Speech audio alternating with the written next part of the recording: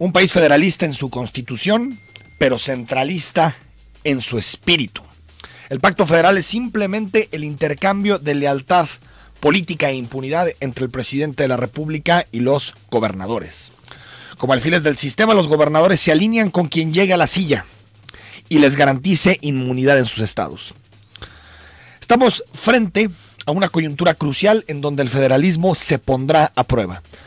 12 gobernadores del PRI en el país, 12 del PAN, algunos en alianza con el Partido de la Revolución Democrática, 5 de Morena, 1 de Movimiento Ciudadano y un independiente. Ayer fue la primera reunión de López Obrador con el Consejo Nacional de Gobernadores, con la CONAGO, y todos fueron risas y abrazos. Manuel Velasco, gobernador de Chiapas y futuro senador de la República, fue el más activo a la hora de decirle al presidente que estaban ahí para lo que él decidiera. De la misma forma y en paralelo, López Obrador nombró 32 coordinadores estatales que sustituirán a los actuales delegados. Y aunque es cierto que representará un ahorro importante ante el dispendio de las actuales delegaciones, no deja de extrañar que sean puros perfiles políticos y con cargos orgánicos en Morena los que ocuparán las coordinaciones. Estructuras que pueden servir para el diálogo, pero que también podrían convertirse en redes territoriales para favorecer a Morena y al proyecto político del presidente. El federalismo mexicano debe ser tocado, corregido y reformado. La transición empoderó al gobernador y lo puso al margen de la democracia. Tiempo de enterrar al feudalismo, los feudos de los gobernadores, y entender que el nuevo tiempo político obliga a que la relación entre el presidente y los virreyes sea distinta y sea democrática. Soy Enrique Tucen y comenzamos Cara a Cara. A partir de este momento, estamos cara a cara con la política y sus protagonistas. Cara a cara con los temas sociales y económicos. Cara a cara con la agenda de Jalisco. En esta mesa caben todas las ideas. Promomedios Radio presenta Cara a Cara con el periodista Enrique Tucen.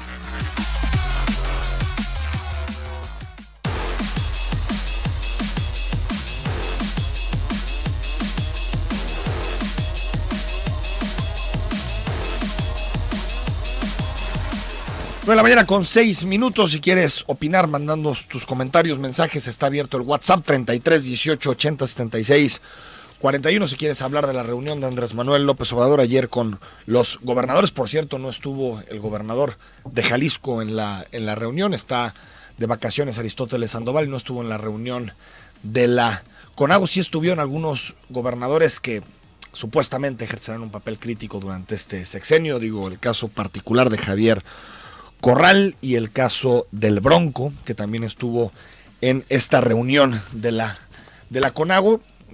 Antecedió el nombramiento de 32 coordinadores estatales, es decir, desaparecen las delegaciones, ya no habrá delegaciones en este país, el viejo modelo de relación entre el presidente, el ejecutivo y los estados, y por lo tanto comienzan estos coordinadores a ejercer funciones. Omar García, ¿cómo estás? ¿Qué tal? Buenos días. Buenos días. Igor, ¿cómo te va? Buenos días. Todo bien, buenos días. Oye, pues muchos temas, ¿no, Igor? Bastantes. ¿Cómo has visto todo este proceso? Ahora sí que seguirle el paso a Andrés Manuel López Obrador está en chino, porque cada 10 minutos anuncia una cosa nueva, una cosa dice alguien del gabinete, después otro lo contradice. Es decir, Igor, estamos en un momento de muchas definiciones y todavía ni siquiera arribamos al 1 de diciembre. Y yo creo que eso es bueno, ¿no? Lo que pone de relieve es la efervescencia y el dinamismo que está adquiriendo el campo político que no tenía en los últimos 2 sexenios. Sí, era como la parálisis, ¿no? Exacto, estaba como muy anómico. Entonces, a varios meses de que López Obrador tome el mandato, lo que está poniendo de relieve es eso, es justamente que hay un dinamismo que antes no se tenía y que hay un interés por parte de la ciudadanía en lo que pasa con los asuntos públicos, lo cual a mí me parece bueno. Ya si hablamos un poco del contenido de las cosas. Ahorita le entramos. Ricardo Salazar, ¿cómo estás? ¿Qué tal? Muy bien, muy buenos días. ¿Qué tal? ¿Qué tal ves a López Obrador? ¿Te salió más progresista de lo que pensabas? La verdad es que sí, y sabes, me salió más inteligente en el sentido de que está dejando operar a su equipo, específicamente a Olga Sánchez Cordero, en temas que son bastante polémicos. Los temas que ha puesto en la semana y en la anterior Olga Sánchez Cordero, que es legalización de la mota a nivel nacional y también lo que tiene que ver con ya la estandarización a través del Código Civil Nacional de la despenalización del aborto, me parece que despenalización, ¿eh? Sí, exactamente. No legalización. Sí, que no es lo mismo. Y eutanasia. y eutanasia. Bueno, escuchamos el tema de muerte anticipada o muerte digna, ahí tiene muchos nombres. Escuchamos, esto dijo Olga Sánchez Cordero sobre el tema de la muerte digna. Un derecho humano que no está en la Constitución de la Ciudad de México, pero que no está en muchos de los códigos civiles de los estados, que es el derecho a la muerte digna, a morir con dignidad. Así como tenemos un derecho a la vida digna, tenemos que tener consagrados el derecho a la muerte digna. Como que está abriendo, Omar, muchos frentes, Andrés Manuel, porque están las reformas políticas, lo que ha presentado, las primeras 12 iniciativas legislativas, pero estos temas, yo la verdad te voy a ser sincero, no los veía tan rápido en la agenda. Para bien y para mal, yo creo que estaba usando su bono democrático, está usando esta parte de haber llegado con una fuerza que nadie previó, haber conseguido más de 30 millones de votos, el 51% de las preferencias, eso por 53. Por supuesto que eso tiene que aprovecharse. Y yo más bien vería los prietitos en el arroz, ¿no? O sea, esta parte de Mondragón, de llevarlo a seguridad pública. Como asesor, ¿no? Como asesor, sí, todavía, ¿no? Sí. O sea, todavía no está confirmado que él va a ser el secretario de Seguridad Pública. Y el secretario de Seguridad Pública va a ser Durazo, ¿no? Alfonso Durazo. Durazo, sí. Y otra parte que me llamó mucho la atención en estos días es cómo se ha difuminado algunas de sus propuestas, ¿no? Los gasolinazos sí se van a dar, pero después de 3 años. Bueno, en realidad el ajuste que va a haber es la inflación anualmente, ¿no? Exacto. Que es muy parecido al modelo que teníamos anteriormente, que Sí. está controlado en el año y al inicio se hace un ajuste. ¿Tú cómo has visto los primeros mensajes en estos temas, Igor? Yo lo que vi incluso desde el primer discurso que emitió en el hotel, no en el Zócalo, sino en el hotel. El Hyatt. Exacto. Ahí hay lo que se pone a relieve es que hay, digámoslo así, una tendencia a la continuidad, precisamente porque hay poco margen de maniobra para hacer grandes modificaciones significativas, por lo menos, en el corto plazo, ¿no? Entonces, lanza esas primeras señales, dice, a ver, vamos a tener cierta estabilidad en los mercados, cierta estabilidad en las finanzas, y entonces nos vamos a preocupar por la población que ha sido históricamente marginada en este país, que son los pobres, ¿no? Entonces, lo que sí creo que vale la pena llamar la atención en términos gruesos es sobre 2 cosas. Uno, la intención son 3 cosas. Uno, la intención de tratar de postular la presencia de un Estado de Derecho o la efectividad de un Estado de Derecho como tal. Eso es algo importante. Una política de redistribución de ingresos, que también me parece fundamental. Y Sobre todo a través de transferencias, becas, salarios, no a través de modificar la estructura fiscal del país. Eso todavía no he dicho que lo va a hacer, ¿no? La impositiva. Pero suena un poco a eso. Y la tercera cosa es fortalecer el mercado interno, que son, digámoslo así, en términos gruesos, pinceladas que apuntan a la construcción de un modelo económico relativamente distinto, con, insisto, poco margen de maniobra. Pero creo que hasta el momento las señales han sido buenas. Y también muy en lo simbólico, ¿no, ¿También? Igor? O sea, Sí, por porque, supuesto. por ejemplo, ayer hizo la presentación del programa, que más que anticorrupción yo creo que es de austeridad. Los 50 puntos, ¿no? Los 50 puntos, digo, son muchos para señalar todos, pero por ejemplo, todo funcionario deberá presentar su declaración de bienes patrimoniales, pues sí, yo creo que eso ya está. Y la mitad del sueldo se va a ganar o sea, se va a bajar la mitad del sueldo del presidente y aparte va a pasar una iniciativa para que nadie gane más que el presidente. Lo que está haciendo es bajarle a todos el sueldo por decreto. También el asunto de que no se paguen comidas, no haya vehículos para funcionarios, no se comprarán sistemas de cómputo, no habrá más de 5 asesores por secretaría en el gobierno federal. Digo, no sé cuánto va a ser de ahorro de esto, Ricardo, pero está más en el plano simbólico, ¿no?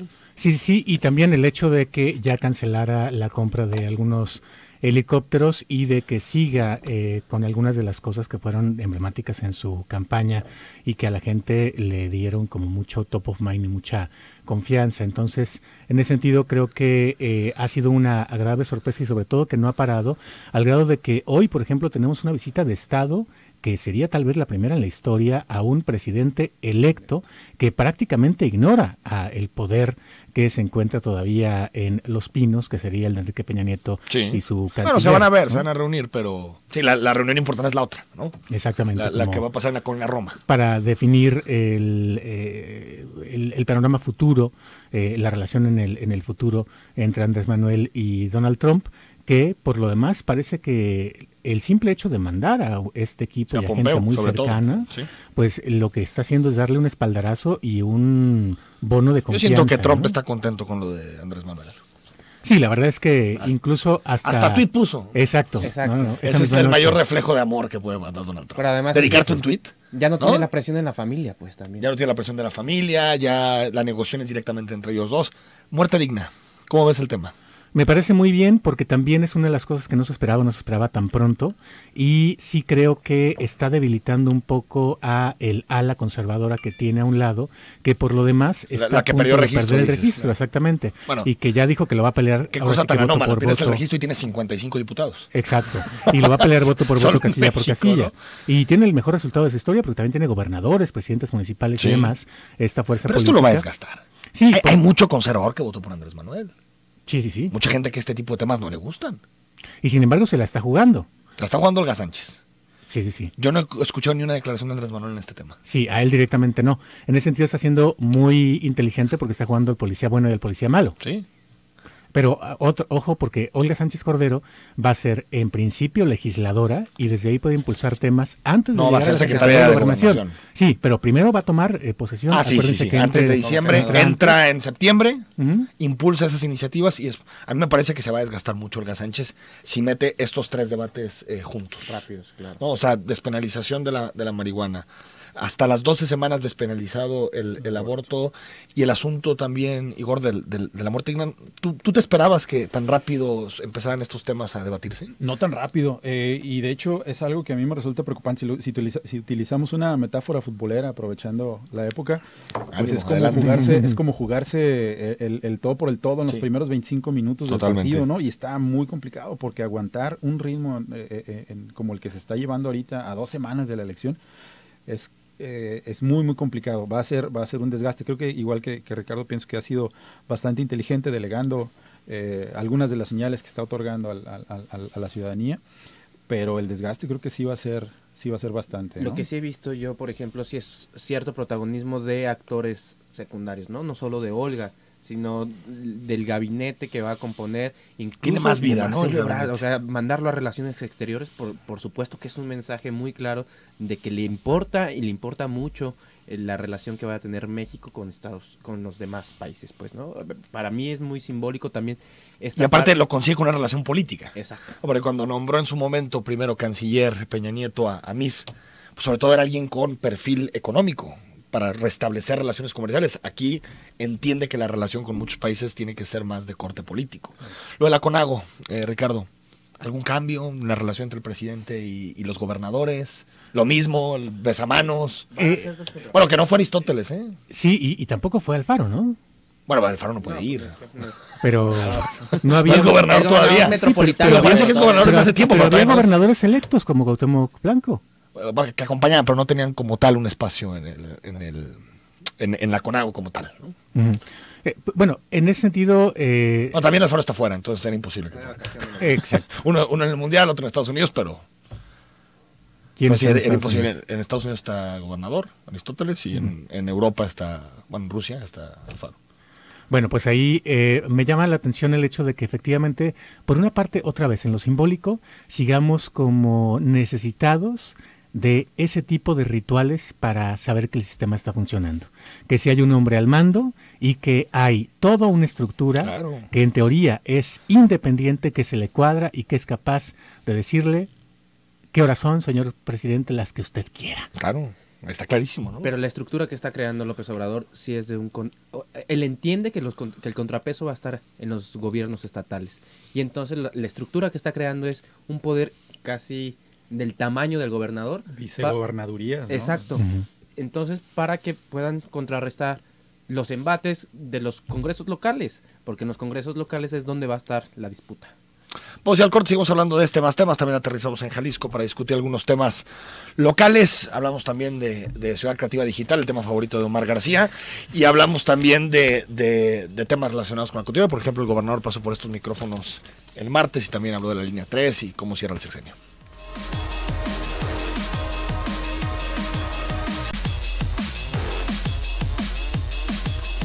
Nueve de la mañana con 22 minutos. La elección ya bueno, fue hace 12 días, parece que fue hace como 6 meses, de tantas cosas que han pasado en 12 días, Igor, pero la polarización en el debate público sigue estando ahí, ¿no? En redes, sí, en medios. Yo creo que sí hay un fenómeno curioso, por lo menos interesante.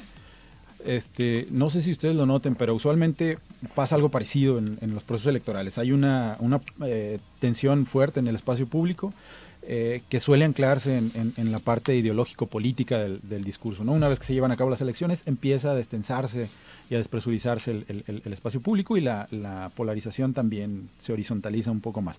Pero en este caso creo que ha continuado ya con cierto... tiene mucha presencia pues en el espacio público, y hay por lo menos 2 discursos o 3 que a mí me resultan importantes, sobre todo por los componentes que los alimentan. Hay un discurso que tiende hacia el encono y hay un discurso que tiende hacia la esperanza. Y el que tiende hacia el encono está poniendo de relieve cosas muy complicadas que tenemos como sociedad, ancladas en la clase y elitismo y en la raza, ¿no? Bueno, incluso el debate sobre el corte de pelo de López, a mí me pareció dramático que en este país. Claro. Ya no en la ideología política como tal, sino el clasismo, en la clase y en la el elitismo, raza, ¿no? Y eso está muy complicado. Lo que salió del Mijis, por ejemplo. Exacto. Lo que salió del hijo de López Obrador. Esta parte, yo también he encontrado esa parte en el discurso, pero en también un discurso doble moralista, ¿no? Ah, o claro. sea, de primero burlarnos y luego hacerlo presente. Y no, yo no hago eso. Ya saco la mano, ¿no? O sea, yo no... o de repente también justificar por qué este discurso, por ejemplo, con el caso del Mijis, ¿no? Sí. Este diputado de San Luis Potosí por el distrito 8 de allá, que está enclavado ahí en el centro de San Luis Potosí, de decir, es que si alguna vez sí fue un delincuente, y en realidad nunca lo sentenciaron. O sea, Nunca. Por eso es candidato. Y entonces, el discurso de pensar que porque eres detenido eres delincuente es un error. Sí, es que nos encanta, Ricardo, el Estado de Derecho hasta que choca con nuestras percepciones sobre lo que está bien y lo que está mal, ¿no? Sí, y bueno, en ese sentido, por ejemplo, también decir que hoy Mural publica algo que es francamente devastador, sí. Es que una es buena que nota. Finalmente la amnistía ya está dada por el nuevo sistema de justicia penal que proponía López Obrador, que es que a los narcomenudistas no se les castigue o se les busque otra manera de reinserción. De más de 3,000 casos que han ido a parar a la Fiscalía, ha habido 0 sentencias, de los cuales se vinculan a procesos solamente menos del 20% y se turnan ya a una investigación que podría devenir en una sentencia 200 y tantos, lo cual significa que la gran mayoría de estos delitos no se están castigando en la práctica, más allá de si existe o no existe esta amnistía y la posibilidad de reinserción de quienes los están cometiendo, ojo, por necesidad, porque es la única posibilidad de empleo o de tener alguna especie de generación de recursos, sí, que esté a su alcance al no tener, por ejemplo, acceso a una universidad o a que te pidan experiencia en algún empleo que por lo demás te va a pagar menos que eso y con menos condiciones de estabilidad laboral. ¿Ves, Igor, este debate que siga en el sexenio? Yo creo que sí, aunque nos hemos llevado sorpresas. Por ejemplo, yo esperaba una reacción virulenta, por lo menos, por parte de los candidatos perdedores el día de las elecciones, y resulta que optaron por... si te pones virulento perdiendo por 30 puntos, sí es echarle mucha terquedad, ¿no? Al asunto. No sé si, pero bueno, sí ha existido casos, sí. Por la vía, no sé si fue una opción una elección democrática o si fue un pragmatismo acomodaticio, pero para mí eso fue una sorpresa. Yo honestamente sí esperaba como una reacción mucho más virulenta, más por lo menos más polarizada y antagónica, y esa fue una primera sorpresa. Y entonces eso, no sé si eso sea la causa, pero lo que sí me llamó la atención fue cómo el discurso público, ya mucho más anclado en el pleno de la sociedad civil, ese sí se profundizó, la polarización ahí sí se profundizó, que fue a mí lo pero que es una reacción elitista frente a un proyecto que no comparte. Y no solo elitista, yo creo que está por los dos lados.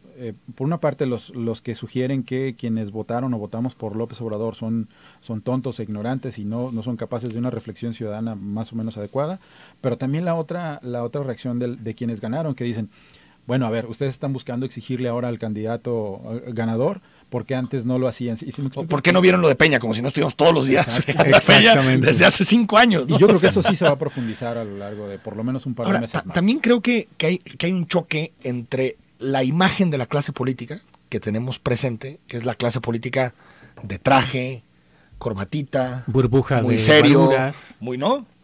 Masculina sobre todo, y una especie, no sé si llamarlo de nueva clase política, pero de nuevos actores que llegan, que me parece que son más parecidos a lo que es el país, o sea, más diverso, donde hay gente pues con tatuajes, que llevaron procesos penales, hay gente de todos orígenes, es decir, lo extraño es lo otro. Lo extraño es que haya una clase política que parece cortada con una tela y que todos surgen del mismo lugar. Sí, claro. ¿No? Y a mí me llama mucho la atención, por ejemplo, cuando se empezó a dar el caso de Cuauhtémoc Blanco, ¿no? O sea, como si él no tuviera derecho a ser votado. Digo, podemos... Sí, que pienses que sea un buen gobernador o no, ya es Exacto. otra discusión, ¿no? Podemos discutir cómo le fue de alcalde, ¿no? O si presentó buenas o malas cuentas. Pero así como él... Y seguramente yo no vivo en Morelos, pero la gente que votó por él tenía sus razones, Ricardo. Sí, y por supuesto también pues jala la marca López Obrador y... Pero él había ganado con otra, Sí. antes, Cuernavaca. Sí. Con una marquita que no valía nada, que era el socialdemócrata. Exactamente. Siempre ha sido muy socialdemócrata Cuauhtémoc, ¿no? Sí, por supuesto, sobre todo en sus posturas Sí, sobre públicas. todo como jugaba de extremo. Pero hay también decir que de repente por juzgar personajes un poco por el ámbito público y su imagen, no revisamos de verdad a fondo los números. A ver, hoy sabemos quién es el equipo de Cuauhtémoc Blanco. No. Y sabemos, como dice Omar, si gobernó bien la capital como para que por lo menos la gente en Morelos fuera de la capital y dentro de la capital le diera, por cierto, también una Que fue como ventaja súper también, ¿no? avasalladora, ¿no? Bueno, es que también Graco con el PRD impuso a un familiar y un cercano. Sí, no hubo elección en realidad en Morelos. O sea, también fueron... Pues como Tabasco, fueron 30 puntos, fueron exacto. un madrazo electoral, ¿no? Ujú.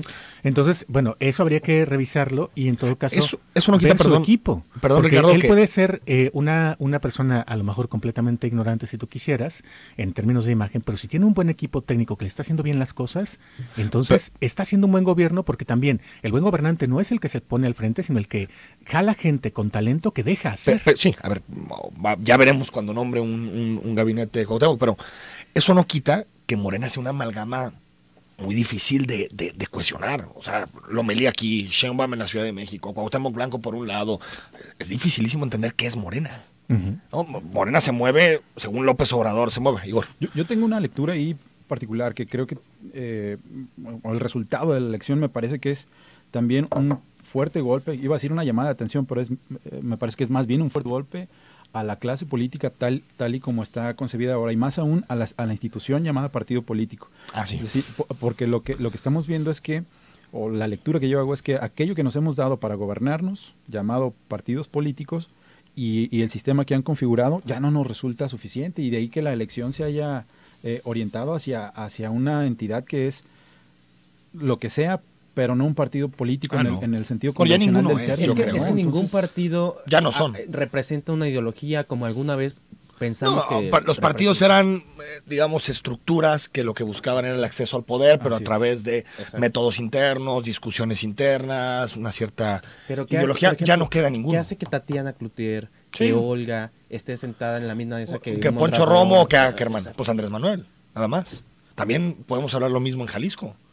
¿Qué hace que expanistas estén sentados en la misma mesa que dirigentes más cercanos a la izquierda como Esteban Graez, O por que ejemplo? expriistas como Por Claudia, eso, ¿no? Enrique Alfaro. Ujú. O sea, sí estamos en un momento en donde en realidad quien articula el pegamento dentro de un proyecto político es un hombre. Sí. Andrés Manuel a nivel nacional, Enrique Alfaro en Jalisco o Pedro Kumamoto. Claro. O sea, son los sobre lo que giran, ¿no? Exacto. O sea, volvemos a una personalización muy fuerte de la política. Vamos al corte 9 de la mañana con 32 minutos.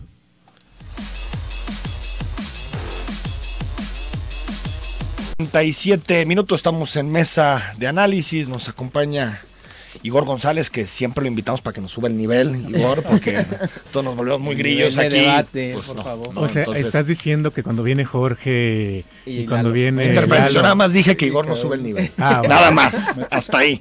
No me trates de sacar más, Ricardo, sobre ese tema. Okay. Hablamos, si les parece, sobre el debate que ha habido sobre el reportaje de Aristegui, sobre Enrique Alfaro, que se publicó un día antes de la elección, y las posturas que han tenido tanto el IEPC como el Tribunal Electoral. Escuchamos, los tuvimos la semana pasada aquí en Cara a Cara. Bajaron una nota, un reportaje sobre Enrique Alfaro. ¿Por qué tomaron esa decisión? Mira, yo soy respetuoso de la decisión que ellos tomaron, hicieron un análisis y otorgaron esta cautelar. Sí hay que aclarar que no se está de alguna manera resolviendo la conducta, simplemente es una cautelar que evita de momento que esta conducta que pudiera ser violatoria de algún precepto legal en materia electoral se mantenga en tanto el tribunal resuelva el fondo. ¿Tú compartes el criterio de la comisión? Mira, no conozco bien la resolución, lo que sí creo es que no lo hicieron a partir de ocurrencias o de un análisis ligero. Yo los conozco y creo que si lo hicieron de esta manera es producto de un análisis profundo. ¿Te parece que el IEPC actuó conforme a derecho, magistrado? Mira, Enrique, de ese punto en concreto no me podría pronunciar en este momento porque es un asunto que nos va a llegar al tribunal. Sí. Es un asunto que nos llegará en un procedimiento especial sancionador y precisamente nos tendremos que pronunciar en pleno con mis compañeros y mi compañera magistrada en una resolución. Entonces, sí lo van a debatir. Claro, si llega al tribunal, sí. Este tema es ¿qué fue lo que pasó? Se sube a un portal un reportaje. Un reportaje, el resultado de una información, de una investigación, una opinión de un comunicador. Sí. Y el comunicador, pues bueno, tiene derecho a la libertad de expresión. Exacto. Sin duda. No existe en nuestro país la censura previa, está prohibida. No tenemos temas de debate en ese punto concreto. Pero también la libertad de expresión, como lo ha marcado la Suprema Corte, como lo han marcado los criterios internacionales y el propio Tribunal Electoral del Poder Judicial de la Federación, en sus jurisprudencias, tiene ciertos límites. Precisamente eso es lo que se va a estudiar en este asunto, si es que en su momento llega al tribunal. Igor, ¿cómo ves el debate sobre esta medida cautelar? Bueno, evidentemente la discusión que habría que poner sobre la mesa es la que tiene que ver con la censura, ¿no? Con la posibilidad de libertad de expresión y lo que esto implica en términos de jurisprudencia y hacia el futuro. Este caso va a ser icónico. Exacto. Sí. Eso habría que ponerlo ahí sobre la mesa y, bueno, eso ya los especialistas son ustedes. A mí me gustaría más bien platicar acerca de cómo y otros problemas similares han puesto en tensión a la arquitectura electoral de este país, no solo en la entidad federativa. Claro, el país. El INE tuvo problemas con el Tribunal Federal también. Entonces, ¿Te fijas cómo nos sube de nivel? Claro, siempre a los tribunales federales, a todo. Bueno, entonces habría que pensar en eso, en los límites y alcances que tiene la arquitectura electoral. De entrada, que el INE o el IEPC pues decidan que es buen periodismo, que no y que es propaganda, a mí... Que se erija como tribunal por eso, de la verdad. Pero es que sí tiene esa facultad, lamentablemente, porque las reformas electorales le han dado a los órganos electorales muchísimas atribuciones. Una de ellas es decir qué se puede decir y qué no. Antes de que empezara la elección nos pasa un manualito. Exacto. Esto si dices, esto no, en pre-campaña puedes decir esto, acá no llames a votar, como fue siempre. Pero además cada proceso. Entrevistar a uno, entrevistas a todos. Sí, exacto, todo ese tipo de cosas, ¿no? Y que lo vuelven, además de arcaico, obsoleto. Porque en realidad una discusión, más bien en las campañas no se discute lo que de verdad importa, sino las formas pues como nada más tengo, en tu caso, 60 minutos al aire, pues tengo que darle 5 minutos a cada uno. Y 60 minutos sin cortes, ¿no? Ricardo.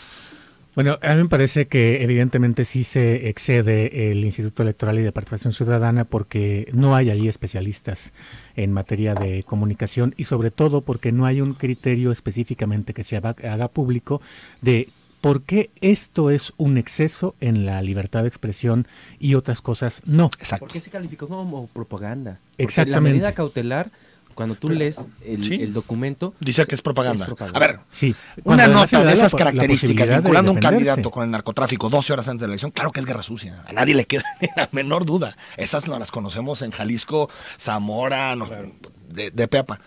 Eso no quita que quien debe de juzgar eso es el ciudadano que lee la nota, no una autoridad electoral. Sí, porque el ciudadano ¿no? ya no se chupa el dedo. O sea, ya no le pegaría, no le pega O sea, eso ahora. de, no leas esto, no veas esto, cierra los ojos. ¿No? Exacto. Es tu papá, la autoridad electoral. Sí, finalmente también lo que termina creciendo mucho más la nota es en realidad la medida cautelar. Completamente. O sea, hay gente que se La no- entera que existe la Yo te voy a nota. decir, a mí la nota me parece chafa. Sí. No hay ni siquiera una fotografía del documento al que hace referencia en toda la nota Anabel Hernández. Ni una foto, ¿eh? Sí, aunque por otra parte es alguien que ha escrito bastante documentados y que han sido Todos podemos meter la bien, pata. sí, pero digamos, ¿por qué no le objetamos los morros del narco y si le objetamos este reportaje? O sea, es alguien que mal que bien en un sector de la población. Sí. Sí, exacto. Perdón. Pero tú, a ver, Ricardo, respeto. tú como periodista, te llega esta información 12 horas antes de la elección. Aparte, se sabe que un partido político determinado estuvo buscando bien qué medio lo publicaba. ¿Tú lo hubieras publicado? 12 horas antes de la elección. No te digo el lunes o el martes. No. Sí, en la parte periodística sí me parece como que es muy endeble, sobre todo por lo que dices. O sea, tendría un nivel de... Se enseñan los documentos. Sí, o sea, si hay una fotografía, aunque sea de ahí está la investigación, o efectivamente la embajada todo lo demás ya había salido o en Estados las Unidos está elecciones. pensando en quitarle la visa, estaría bien. Pero sí, de repente para muchas cosas son o refritos y, sin embargo, otra vez, el hecho de que se publique... Claro, es que ese no es el debate, exacto. O sea, que sea buena o mala la nota, eso lo juzga quien lo lee. ¿No? Esa es la parte, digamos, de autonomía del ciudadano a la hora de definir cómo se informa y a través de qué medios se informa. Apostar por la madurez de las audiencias eso. y en todo O sea, que caso llegue el día- cobrársela a ese que publica ese tipo de cosas como audiencia. Y otro argumento, dice el IEPC, es que Enrique Alfaro no podía responder porque era periodo de veda. ¿No es cierto? No, sí podía. Enrique Alfaro, quien fuera el candidato del PRI, de Sus Morena, voceros. puede responder incluso en el día de la jornada electoral. No es cierto que las elecciones lo que hagan es poner una especie de paréntesis sobre la libertad de expresión. Eso es una cosa que han querido meter las autoridades electorales, pero que no es cierto. Lo que prohíbe es decir voten por mí. Voten por mí. Pero puede responder a En el señalamientos periodo de muy veda. concretos sin decir voten por mí. Yo creo, este asunto, Igor, va a dejar un precedente, ¿no?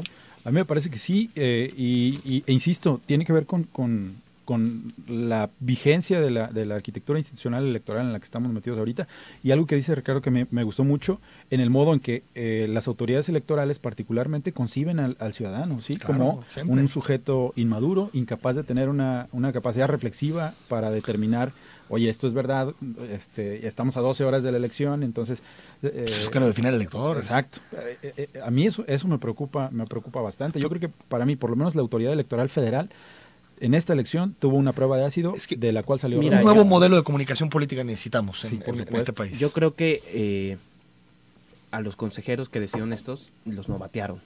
Porque en realidad... Espero que haya sido eso.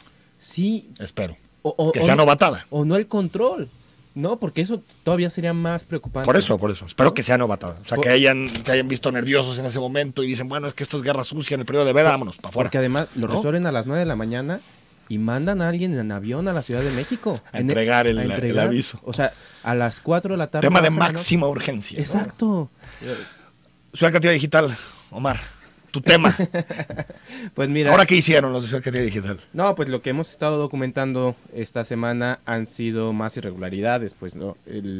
Nosotros en marzo pasado, la primer nota primigenia, digamos, la que origina toda la investigación es... La del Auditorio Superior del Estado, ¿no? No, hay una primera nota de febrero de un periódico local donde hablan bellezas de Ciudad Creativa Digital y eso nos...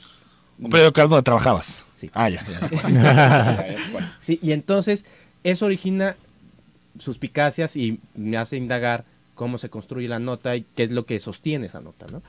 Entonces, a partir de ahí empezamos a documentar, cerca de mes y medio, fuimos a Colima, encontramos una empresa fantasma que al final dijeron que no es una empresa fantasma, pero que lo que ha venido pasando a partir de que se publica ese reportaje es que, uno, la Auditoría Superior del Estado confirma que hubo irregularidades en las licitaciones y en las contrataciones. Dos, la Auditoría Federal ha empezado a confirmar, que es lo que estamos publicando esta semana, que hay, pues no desvíos, irregularidades por 73 millones de pesos, y de esos 73 millones de pesos, 51 millones de pesos son en el caso de esta constructora.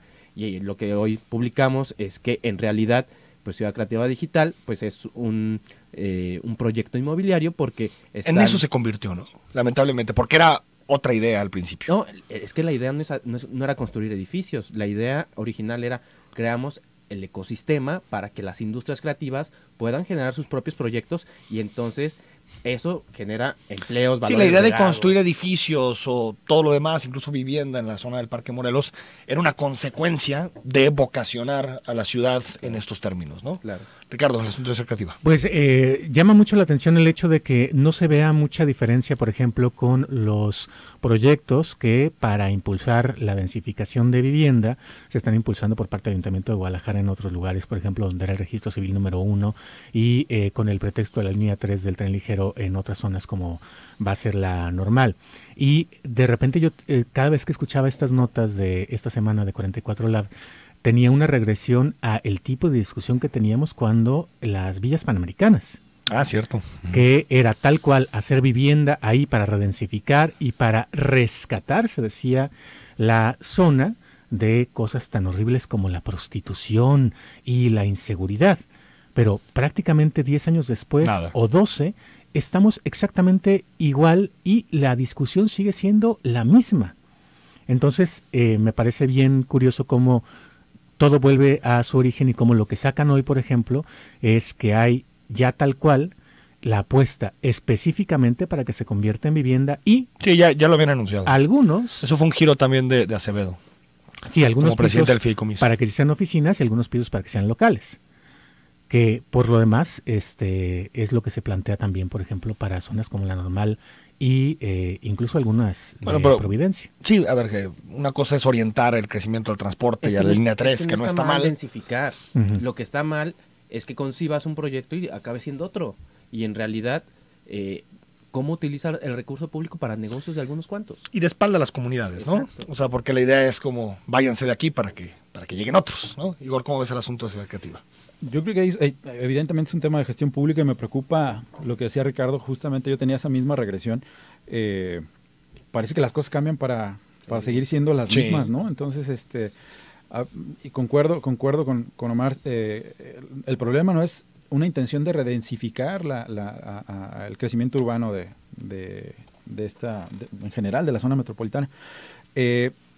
Lo que sí está muy complicado es convertir en un fin aquello que era un medio, es decir, crear infraestructura para producir desarrollo, se ha vuelto lo que era un medio, se ha transformado en un fin, es decir, crear la infraestructura por sí misma y no promocionar procesos de desarrollo para que las industrias creativas florezcan en esta entidad, ¿no? Para convertirla realmente en el Silicon Valley del occidente. Yo sí creí país. en eso. Es que el proyecto era bastante interesante, ¿no? A compañeros tuyos lo propusieron, compañeros de Omar que estaban en clase conmigo, hicieron un análisis bien interesante de las posibilidades que presentaba el proyecto y finalmente vemos, gracias a 44 Lab, algunas cosas que han sido muy complicadas ahí, ¿no? Vamos al corte, leemos tus mensajes y seguimos platicando sobre la coyuntura política.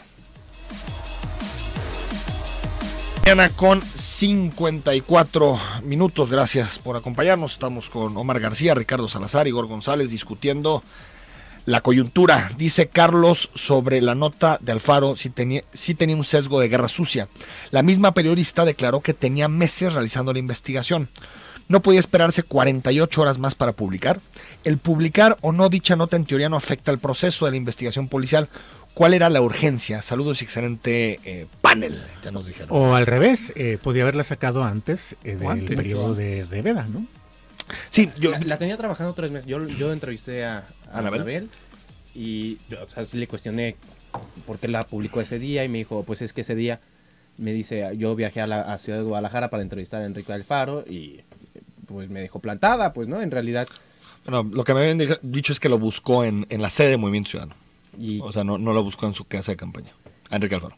y que, bueno, con esa, pues, digamos, estrategia, pues publicaron el sábado y me dice, pues ahora sí. A ver, yo creo que Está pensado, ahí pues, todos ¿no? estamos de acuerdo en que publicar eso 12 horas antes No, huele a guerra totalmente, sucia. Huele a guerra sucia. Pero eso no quita que la resolución del IEP se hizo muy lamentable, Exacto. ¿no? Nos dice la señora Mercedes, miren, esto es muy grave. nos dice sobre, compañeros, esta información la enviaron directamente desde la penal. Bueno, ahorita está muy largo, Mercedes, ahorita reviso exactamente qué señala la nota que me compartes. Yamir Soto, en mi humilde punto de vista, la diferencia, pienso, entre el Mijis y los demás ladrones de cuello blanco, los demás, dice, es que él ya pagó por lo que ha hecho. Es que no sabemos si hizo o no hizo. Yo no conozco que haya habido sentencia. Exacto. sobre el caso, ¿no? Y él públicamente admitió lo que hizo. Dijo que era un chavo banda, ¿no? Y del que se siente orgulloso, pues. Sí. No, y además lo que destaca es la labor que ha venido haciendo después a nivel social para que gente que estaba en situación como él pueda ser reinsertada en su comunidad y trabajar por su comunidad para cosas tan sencillas. Eso ya no sale en las notas, eso ya no sale en las fotos. Es que depende de la mirada con que le ponga, pues, ¿no? En realidad, el caso es un chavo de éxito de reinserción social. Ponle trajecito y más de uno va a decir, sí, claro. Ahí lo que vale la pena en este caso en particular es que nos coloca frente al espejo de nuestros propios prejuicios, ¿no? Y sobre eso tendríamos que reflexionar. Es decir, la opinión que vertemos sobre el Mijis dice mucho acerca de lo que somos y pensamos. Entonces, a lo mejor la reflexión valdría la pena socialmente, por ahí, ¿no? Sí, claro. Javier Montes dice, muy buenos días a todos, soy Javier Montes, ha sido Radio Escucha de Zona 3. Enrique Tucen, llamo tu atención con lo siguiente: el niño que aparece en el video es mi sobrino, quiere hacerle llegar este mensaje al Chicharito. Yo sé que ustedes tienen los medios para hacerlo realidad, nos apoyan, si ahorita vemos cómo checamos el tweet. Francisco Javier Acosta, buenos días, excelente programa, pero dile a tus invitados que es falacia que diga que el que vende drogas por falta de oportunidad. Este tipo de personas que son de escritorio, la verdad, no deberían opinar de lo que no saben. No los hagan mártires, que investiguen, no malinformen sobre ese asunto. Yo a eso me dedico, no a vender drogas, sino a trabajar. A trabajar, sí. A investigando justamente. Sí, tú eres académico y también los periodistas investigan, ¿no? A eso hay que dedicarse, pero a ver, yo creo que el asunto es ilustrar que muchas veces el problema de la venta de drogas tiene que ver con causas sociales. Sí, no siempre es gente que nace mala, se desarrolla mala y por lo tanto vende drogas. Sí, y digo, me la tira a mí, pero también decir que la idea complementaria es que aspiran a eso o aspiran a un empleo de meses con ninguna de las retribuciones que un empleo formal tendría y que terminan pues ganando menos y a lo mejor teniendo menos es que podemos hablar acceso de cosas estructurales. Esta carta de no antecedentes penales ni siquiera debería existir para sobre todo si crecen en la reinserción a través del sistema, o las experiencias, ¿no? La experiencia que te piden para cualquier chamba. Bueno, en una entrevista lo digo en 30 segundos, en una entrevista con un chico al interior del tutelar, en la granja, más bien, él me contaba, mientras le hacía la entrevista, dice, yo le pregunté al custodio que me vigila cuánto ganaba, y él dice, entre 15 y 18 mil pesos al mes, dependiendo. Y el cuate era narcomenudista. Un niño de 17 años. Me contestaba, me dio mucha risa porque yo traigo 60 mil pesos diarios en la bolsa. Entonces, imagínate cómo está la estructura de incentivos para que funcione de esa manera, ¿no? O sea, 3 veces lo del custodio. Arriesgando la vida, pues, pero... Increíble. Y además también la visión cortoplacista de gana ahorita, no importando lo que suponga después, ¿no? Margarita de Anda, el problema es que los políticos prometen resolver todos los problemas cuando la realidad es que el pueblo debe resolver los problemas con ayuda de los políticos. Pablo Arturo Morales, Inquietud Mexicana, presidente posiblemente tiene un signo manifiesto. Antonio López de Santa Ana, bueno, me parece que es un artículo, ahorita lo reviso, Pablo Arturo. Ernesto dice para Enrique Tucen, supuestamente los nuevos coordinadores son cargos administrativos, pero puso a militantes de Morena, sí, la mayoría son quienes se encargaban también de los estados. Pues qué buen primer paso hacia el autoritarismo, o quién va a vigilar lo que hagan o no hagan los coordinadores. Sí, yo creo que hay que ponerle atención a esa estructura. Totalmente de acuerdo contigo, Pablo. Gracias, Omar. No, hombre, gracias, Ricardo. Gracias, Igor, por acompañarnos. Nos vamos próximo lunes, estamos a las 9 de la mañana aquí en Cara a Cara.